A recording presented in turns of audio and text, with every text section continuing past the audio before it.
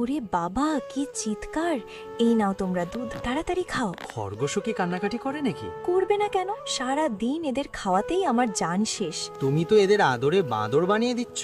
এই দেখো, এআই দিয়ে কি সুন্দর ট্রেনের ঘর বানিয়েছি, তুমি এটা বানিয়ে দাও না। বাচ্চা হওয়ার আগেই এত বিলাসিতা অসম্ভব। এই নাও বকশিস। আরে আমি তো এখনই কাজ শুরু করছি। আজ এই পুরনো ড্রাম আর কাঠের চাকা দিয়ে খরগোশদের জন্য রাজকীয় ট্রেন বানাবো। ড্রাম আর চাকা দিয়ে দামি চাকা নিও না, বাচ্চার দোলনায় লাগবে। আরে ধুর, বাচ্চার জন্য তো সেগুন কাঠ দিয়ে দোলনা বানাবো। প্রথমে চাকাগুলো মজবুত করে লাগিয়ে নিই, যাতে খরগোশদের জার্নিটা আরামদায়ক হয়। বন্ধুরা দেখো, এখানে আল্লাহ তাআলার নাম আর এখানে শয়তানের ছবি। যারা আল্লাহকে ভালোবাসো তারা এখনই লাইক দাও এবং সাবস্ক্রাইব করো। এবার ড্রামের চারপাশে কাঠের ফ্রেম দিয়ে ট্রেনের বগি আর ছাদ তৈরি করার পালা। ফিনিশিংটা হতে হবে একদম নিখুঁত। মজবুত না হলে তো আবার খরগোশরা রাগ করবে। এখানে একটা চিমনি দাও আর এই ঝুড়িটা দিয়ে স্টিয়ারিং বানিয়ে আরে দাও। ট্রেন কি আর স্টিয়ারিং দিয়ে চলে? আচ্ছা বাবা, দিচ্ছি।